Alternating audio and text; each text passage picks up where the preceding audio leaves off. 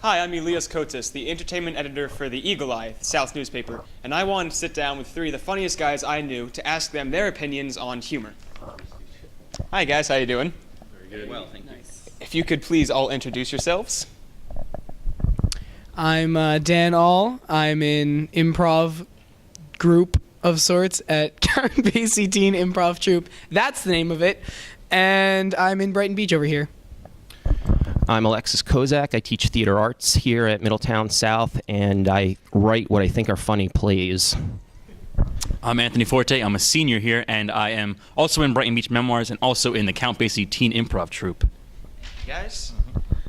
So, if you could please, how would you define humor in less than 2 sentences? Anyone want to go first? No, let's mix it up. Okay. Humor is just something that's funny, but everybody has their sense of humor. Wow, terrible. I'm sorry. You want to go next? Sure, let's really mix it up. I'm going to sound stupid deep. And it's like the clash of logical and illogical. Like the best jokes, in my opinion, are absurd, unexpected, but kind of clever. Yeah, I think what is funny, what makes us laugh, is a juxtaposition of what the expectation is and then what actually happens. Yeah? So, there's different senses of humor. There's slapstick, there's stupid humor. What do you think sense of humor is? Your personal preference. That's what I always thought it was. I think that you have to sort of be able to negotiate like all of those things, because you want to have, I think, like use different ones at different times, and I think in order to be able to like appreciate people's senses of humors, or like, you know, a piece of theater sense of humor or something, you have to have a handle.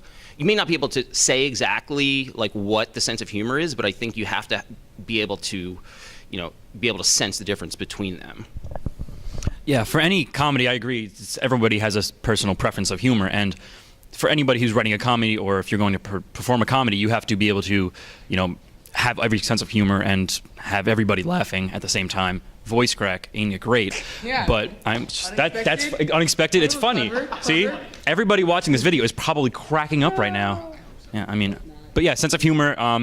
Everybody has a different one, and if you're going to put on a comedy, you have to have every kind of humor in it.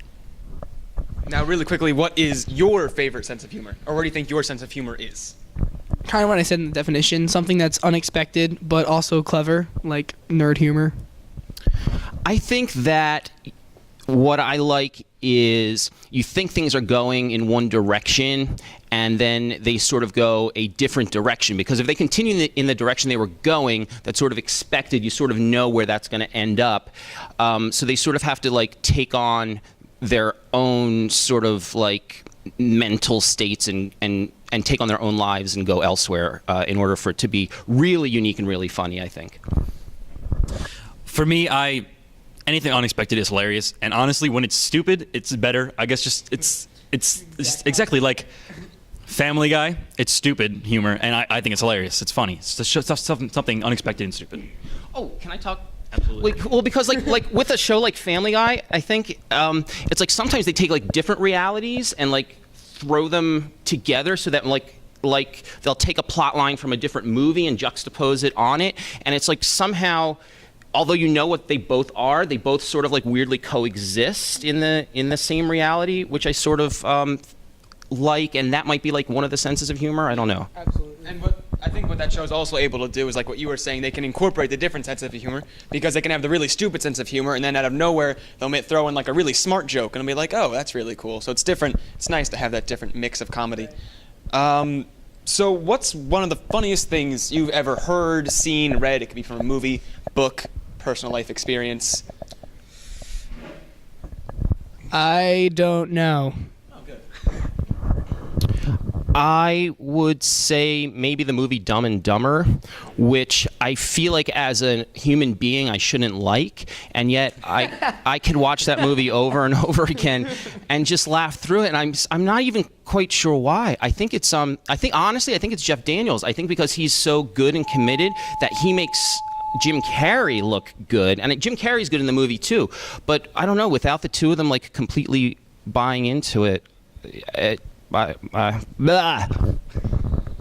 I think that there's not one specific thing. I think that improv is the funniest thing that I've seen. Any kind of improv. There's not like one specific scene that I saw during improv, but I think that it's my favorite type of humor. It's every time I see it, I will always enjoy it.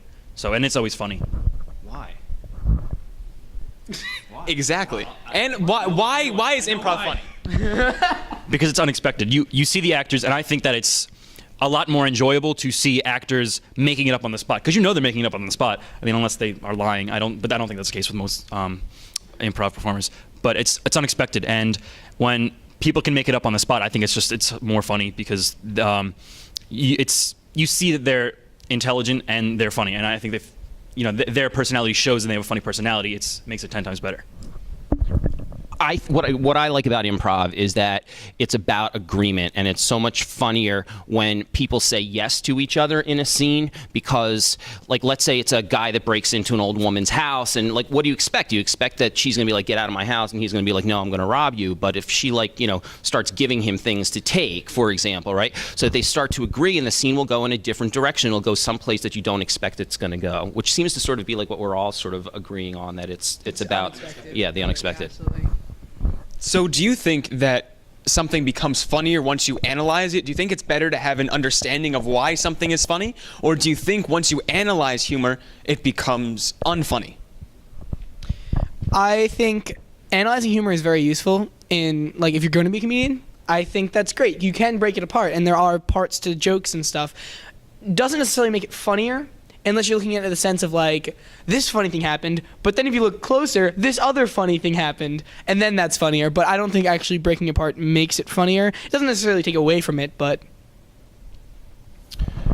I agree with you. I think it's about like technique. Like, I think if you get to know what makes a joke funny or how to set something up, then you can probably do it. You can probably repeat it. You can make it like part of your repertoire. Although I think that potentially it can lose some of the spontaneity. But I think like if somebody is going to be like a professional at it, like a comedian or a playwright or an actor, that they at some point will have to become aware of what it is that makes the comedy work in order to like make it something that's in their bag of tricks. Yeah, you have to study it to, get to know what it is. But if you're an audience member and you're just watching, do not analyze it. In my opinion, it's not funny anymore. Because if you sit there, someone says a joke, you're like, that was funny. Oh yeah, oh that's why it's funny, and then you laugh. I don't think it works. So I don't think that you should analyze it if you're an audience member. So do you think in general it's better to analyze humor or leave it alone, or do you think the circumstances matter? leave the comedy to professionals. Now, if you're going to be a professional, analyze it, learn it, do funny things based off of it. But if you're just watching like a comedy show, no, what's wrong with you? I think that analyzing the structure should be left in the English classroom. Yeah, leave it alone, absolutely. Especially if you're an audience member. Don't look too closely at what we do. Then you know we're all fakes. Because we're actually not that funny. We're not that funny. Okay, so a lot of people like to laugh at uncomfortable things. Really quickly, why do you think that is? I think people laugh at uncomfortable situations because it provides a form of relief. That's how I deal with bad things that happen. And it just goes back to the unexpected thing again, too. I mean, you're not expected to laugh at something terrible, but when you do, it's even funnier. I bet you're fun at funerals. I am hilarious at funerals. So as a closing remark, do any of you have a favorite joke that you would like to tell now? Yes. But I forgot the punchline. Knock, knock, who's there? That's an existential joke. Okay, well, I don't have a funny joke, but funny scenarios happen in my life, and it's just great to be funny in your life. Fast. Okay, you know what? Dan All at Homecoming was the funniest thing I've ever seen. Shut up! Thank you guys very much, and thank you very much for watching.